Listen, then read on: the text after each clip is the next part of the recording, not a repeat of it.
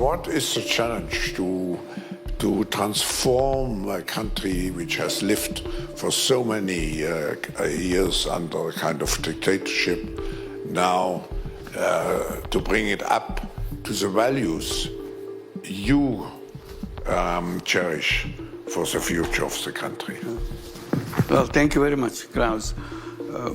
While you're listening to Klaus, you realize how deep a friend he is, because as a friend, he can exaggerate about me. So his extent of exaggeration tells you how deeply our friendship goes. And I'm very happy that I met him years back.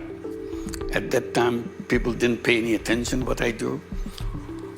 And somehow he liked the idea. And Davos is not supposed to be my place. I thought I'm somewhere outside of the purview of the discussions that take place in Davos. But he extended his attention to me and invited me to be here to speak in the sessions. And the idea of social entrepreneurship came. He liked the idea. He created the foundation. And Hilde was the chair. I was in the board. Excited about it, that can get attention from Davos, from the World Economic Forum. And that word became known to the world. As a result, the notion, the concept, and the actions became something that you talk about and something that you want to get involved in. And that's what the Nobel Prize. He got the Nobel Prize. Thank you. So that the relationship came not because any personal acquaintance with each other, just the liking of the ideas and the actions that I'm representing, and that brings into kind of a mainstream discussion point, and people became interested in our work. While I'm still doing that, something happened in Bangladesh that I got involved with. Not that I was in any way planning or any way kind of ready for such thing, but circumstances led it that way. There's a student demonstration going on in Bangladesh in July this year. Basically, issue was a very simple issue. They are looking for job opportunities, equal opportunities for jobs, no kind of reservations for some category of people and others. That was the theme for their demonstration. But it's escalated into a situation where it's a confrontation between the government and the students became very sharp, and government started shooting at the young people. That changed the whole thing. And students took it as a challenge that they want to stand up against. They offered themselves in front of the guns, took bullets, and they will not still leave the demonstration, will not leave the street. That's when it became unstoppable. Young people leaving home in the morning, going to the demonstration, started saying goodbye to each other, that we may not come back.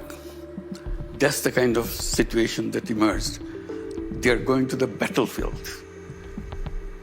Both of them may not come back, one of them may not come back, and each one instructing what they should do to each other, family.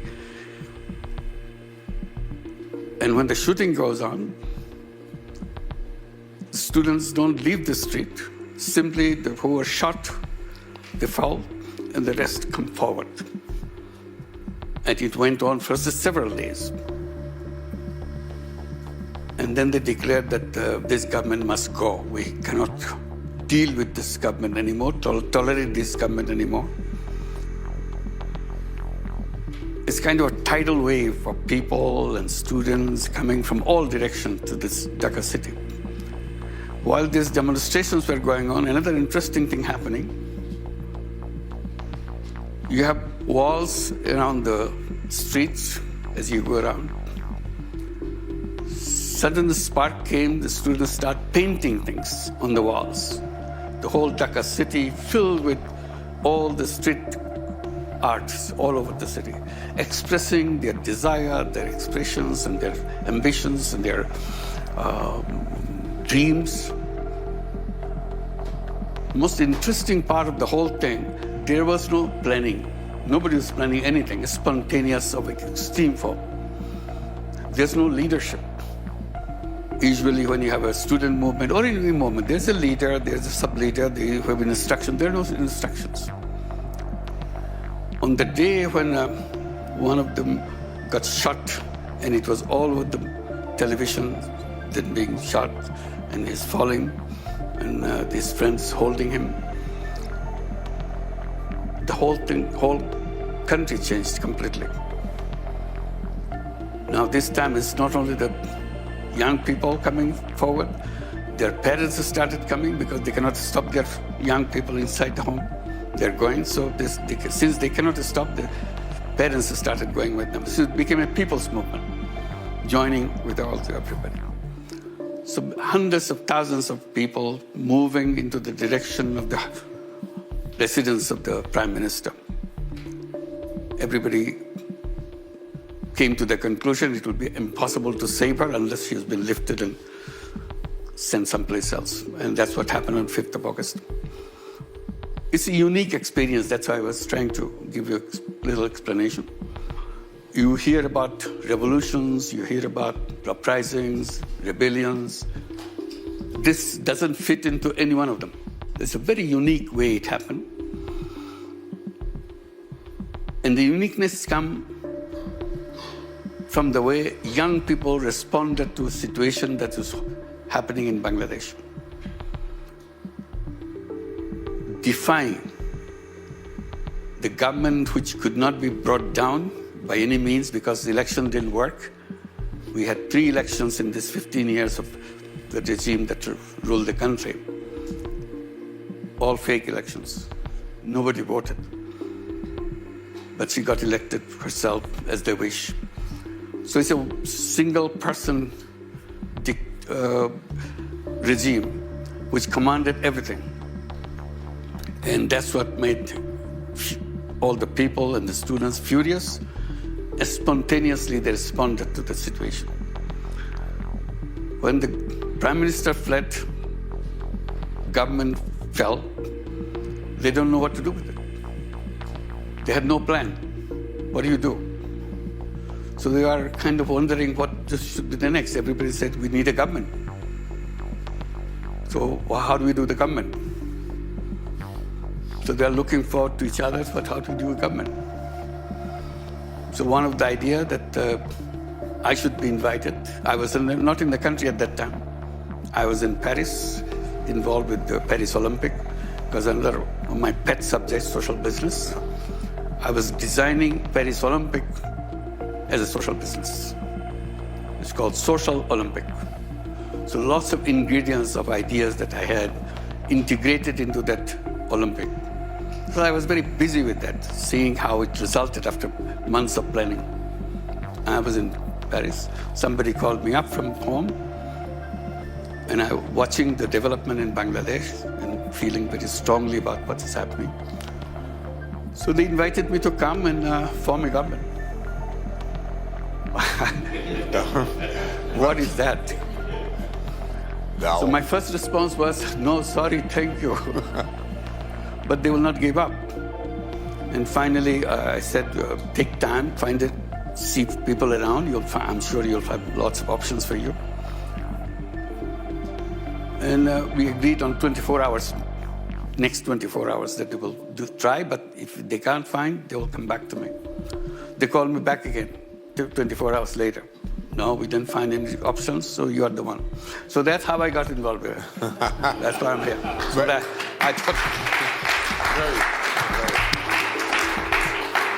I thought I'll give you the background, why I'm here, why I did.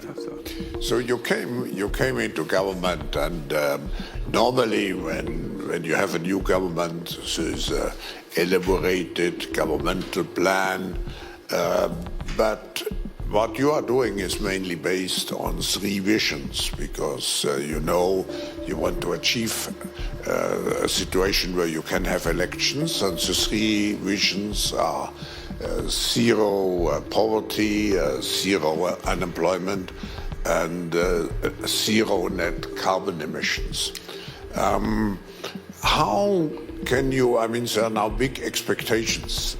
What are the key success factors to make sure that the people do not turn away because they feel disappointed?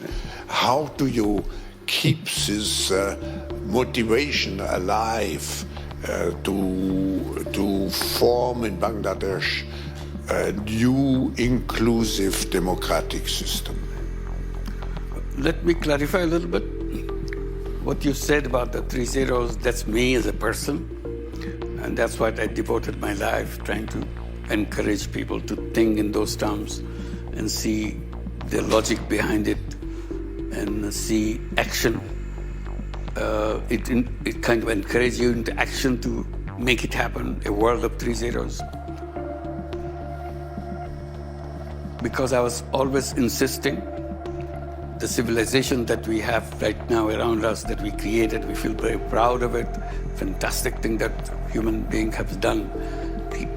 Created a civilization which transformed the world. And my way of responding to that, I said, this is a wrong civilization. It's a self-destructive civilization. This civilization will destroy us. We have no escape route from this one. So that's where I belong. That's what I try to bring in. That's where the 3-0 fits in. But when I am invited to run a government, I'm not peddling these 3 zeros into the government. I was trying to see immediately, next hour, what we have to do. Because suddenly a new government emerges after so much killings. The law and order situation became very critical. So how to restore law and order? This is the first thing to do. It's the immediate thing to do. And next thing you do, build up the economy again. Let the economic machine run, because this whole thing stopped. And when you try to start the machine, the economic machine, you say that machine is completely destroyed. Because this is economy which is plundered away. Immediately after that, I tried to appoint a committee to prepare a white paper. So there was stock taking, what we got, what we left, to understand what we inherited from the previous government. And amazing results came later on when the final report came out. The amount of money laundered away from the country. From the banking system, the total amount they've calculated, it's about $17 billion from the banking system, just laundered away. Very simple thing, very easy way. I think this should be recorded someplace, studied how governments can do that kind of plundering, highway robbery, sitting in the government, running the machine, and still claiming to be a civilized society. The simple way they did it, under the gunpoint, you let the board of the bank resign, and government or a person like the head of the government, Hasina, she puts her own people in the board and let her friends and their relatives take away as much money as they want by giving them loans. On paper, it's a loan. Actually, these loans will never expected to be paid back. So you are literally robbing the whole bank. And that's how the money has been plundered. And if you look at the whole economy, the estimate came $16 billion per year over 15 years. Per year, $16 billion has been shifted away by over-invoicing, under-invoicing, and by illegal channels take the money away.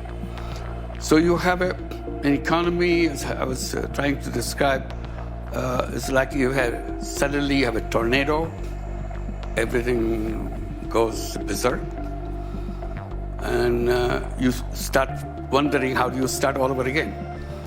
So the economy that we inherited was a kind of after the tornado of the economy.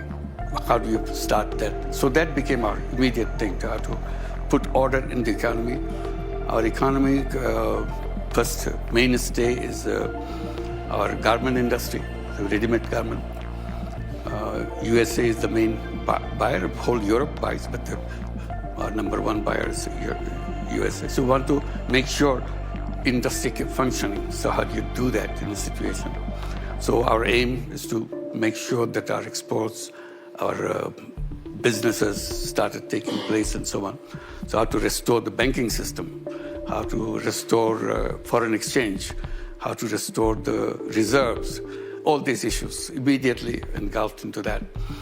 And luckily for us, in all things happening, tremendous amount of support from the people because of the terrible things that they experienced before. Many people disappeared, just not that shot the people, young people on the street. Throughout the 15 or 16 years of their rule, millions of people were put in jail. And I was one of them, waiting to be in jail. While I was in Paris, my friends and my family from Bangladesh saying, don't come back, this situation is bad. As soon as you come, you'll be in jail. So stay there. So that's the instruction I'm getting. While I'm coming here, I was appearing in courts. I have 190 cases against me. You can hardly move in it because some cases I have to appear in some courts. So this is a thing for me. And similar to me, millions of people were in jail on unspecified allegations against them, particularly if you belong to any political party which is against the regime, you have no escape route. So that's a kind of environment. You have to free those people who are in jail, how to do that, because there are cases, judicial system has to work. So those became our first priority to make that happen. Our main support is support coming from all directions within the country. And we saw enormous amount of support internationally. Everywhere we went, there's an outpour of support for the people of Bangladesh and the uprising of the students, how to rebuild. The students were saying, we will have to build a new Bangladesh. They don't have to see anything connected with the old Bangladesh. So that's a big task for us. How do you define that new Bangladesh? How do you start that new Bangladesh? And we are committed to create that new Bangladesh. So case by case, you have to restore discipline of the government and the restoration of the bureaucracy, which was serving the previous government. So suddenly they are asked to do something different, which they never had experience of following the rules and procedures. They get an order, they carry it out, that's all they know. An order comes from one single source. So this became our main issue at that time. And if I understand, the way you are doing it is you have created commissions. Yes. I think quite a number of those. And those commissions, I think it's important to highlight, are composed as much as possible in a multi-stakeholder way, so that the whole population is integrated in designing the new Bangladesh. Could you tell us a little bit more about those commissions and how it functions? The demands from the movement came that we don't want to go back to the old Bangladesh, so we have to build a new Bangladesh. So how do you do that? Where do you begin? Everything collapsed. So one first decision we took on every single item, we'll create a commission, a reform commission. So you have a reform commission for constitution. They say we don't need that old constitution, we build a new constitution. So how do you start? Where do you start to build a new constitution? So we had the reform of the constitution. Then you have the election procedure.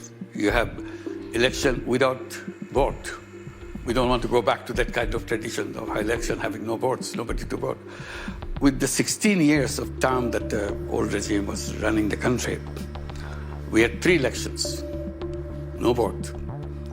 And then young people are coming at the voting age.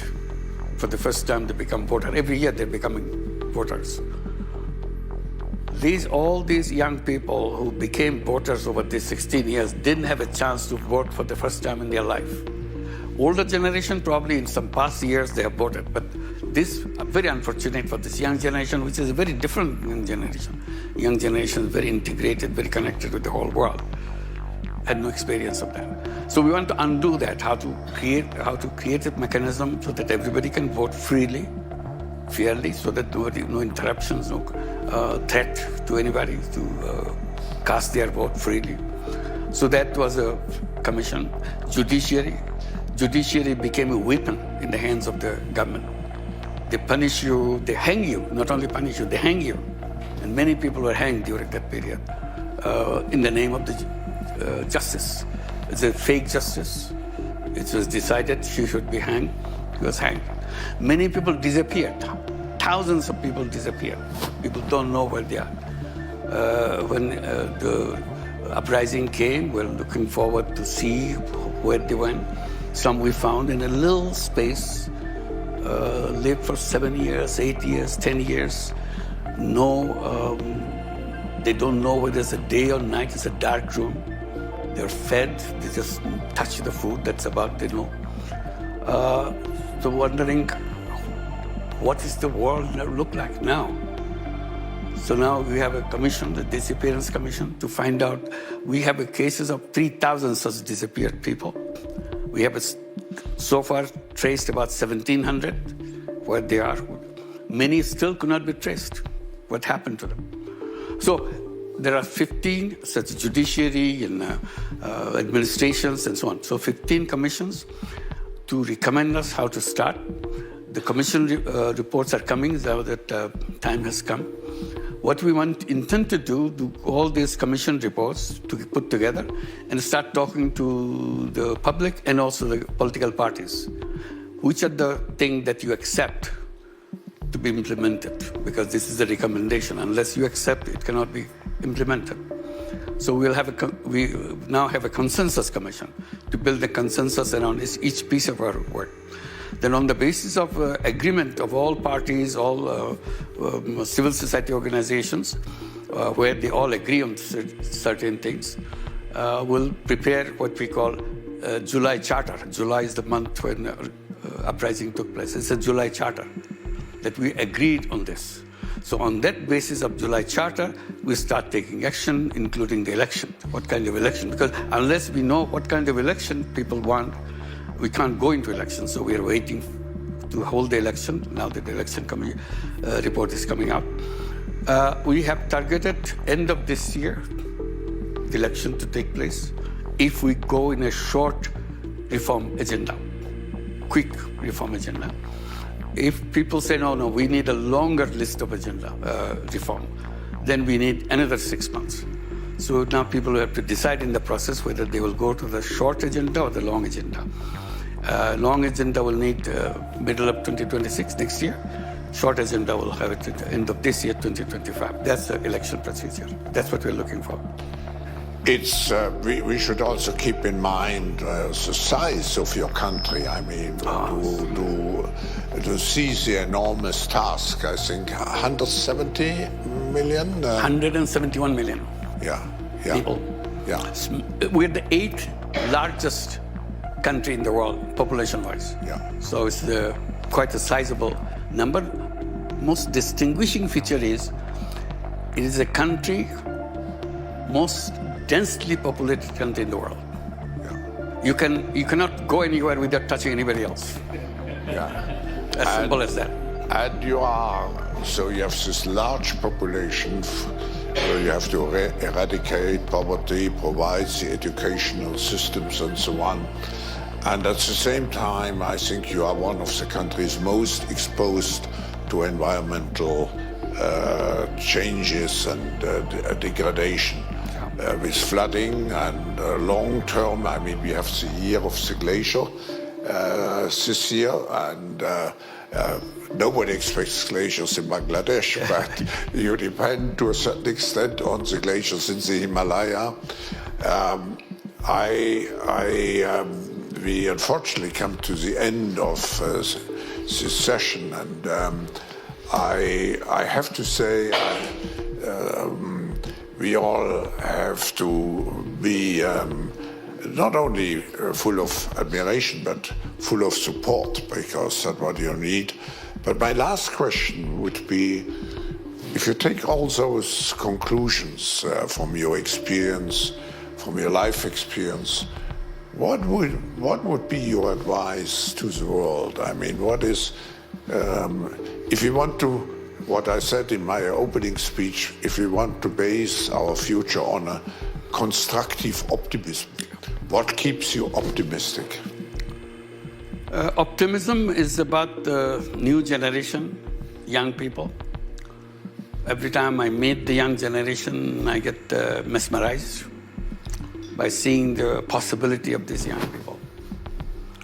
I wonder whether I was at the age of 20 or 21, whether I'll be demonstrating on the street and take bullets and say goodbye to each other and do that. Whether I'll have that ability to do that or sustain that kind of thing, and when the collapsing of the government finally happened, whether I'll say, let's form a government. These are the young people who took that decisions, and there's no central planning. They don't know each other. They just came from different institutions on the street. You don't know who the next person is. So that's the kind of power of this young generation. The way I try to express it by saying, it's a global statement I make. This is the most powerful generation in human history. That's the way I look at them. That's the way I feel. It gives me goosebumps looking at the power that the young generation has. Question is, will they be able to use this power? If they're not able to use this power, will there be an explosion? Shouldn't we learn something from Bangladesh? When these young generations say, enough is enough, nobody could stop them. Army said sorry. The army was asked to fire them. Army said sorry. These are our children. We can't fire. So they tried every single way. But students didn't move. They continued. It doesn't matter whether you fire, you kill. It's totally irrelevant. One police officer was heard on the television saying, I killed one, and 10 come up. What do I do? Should I kill them all? And then others will come up. That's the situation. So I go back to that. The young generation of this age and time, they have the power comes to them not because they are super intelligent. They are the same kind of kids that we used to be. Power comes from the technology. That technology changed them. They are not Bangladeshi young people anymore. They are global young people. So that global young people, when they get connected on an issue, I don't think anybody can stop them. That's their power.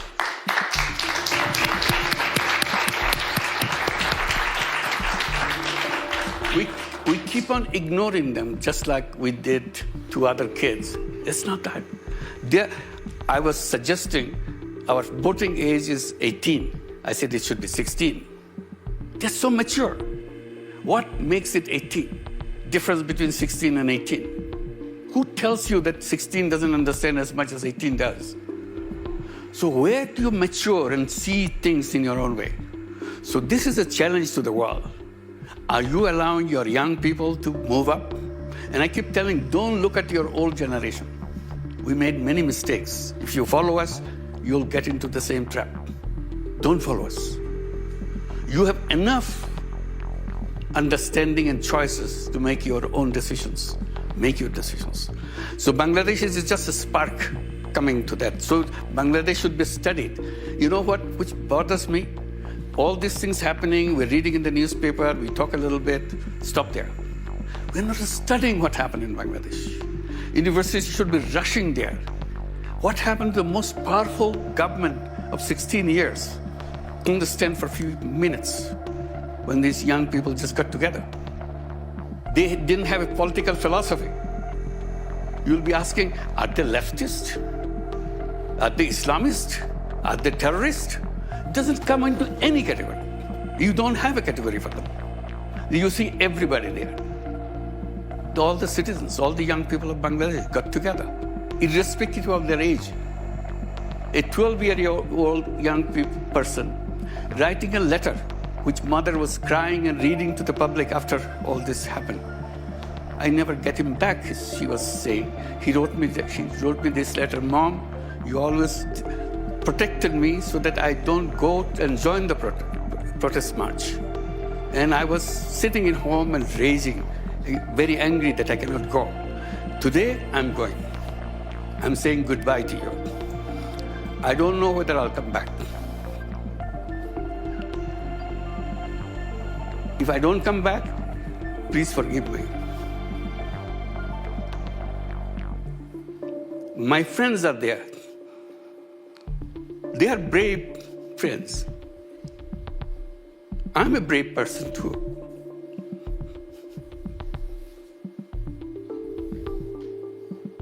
He went out. His dead body came back in the evening. That's what made this movement. It's not just a demonstration or another thing. It's a complete qualitative change that is taking place inside our society, everywhere. Simply somewhere it's still lying low. Somewhere in Bangladesh suddenly found an opening, express itself. So that explosion will come. We can't stop it. So we have to understand this young generation and prepare that. And that's where in the past I've been saying that our education system is wrong, treating these young people as if they don't understand anything. They're smarter than any other generation because of the technology they have. They know what you'll be teaching them today. There's nothing surprising for them. So this young generation, they can expand their views and create their own world. And I said education system is wrong because they're preparing them to take a job. I said job-oriented education is finished. Job to them is nothing. I said this generation is a generation of entrepreneurs. They create their own world. They run. Even a housewife in Bangladesh didn't have much education. Now run businesses out of her home. She doesn't have much education, but her food is so good. So what she does, take orders from people. Chooses which one order she take to prepare food for her friends or friends of other families and deliver it and make money. She has 4 children of her own. That's it. It's just a family. Go to remote village, somebody's selling saris on the Facebook. She doesn't know that this kind of business that somebody is doing. She's just figured out she can sell these few saris and then expand. So these are the talent of these young people. Job doesn't fit them, but we are imposing it on them. So these are the mismatches that I keep bringing, and Bangladesh gives a very powerful case to show how it can be done, what to be done. So that should be studied and seen. What is happening, what is waiting for us. That's the most important thing for all of us to learn from experience that we have gone through. Thank you. So,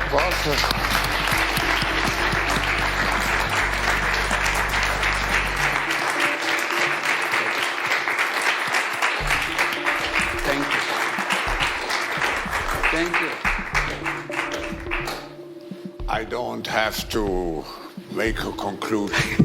I think it was an exceptional half an hour with a visionary man and an exceptional man and an exceptional vision and mission. Thank you. Thank you. Thank you so much. Thank you.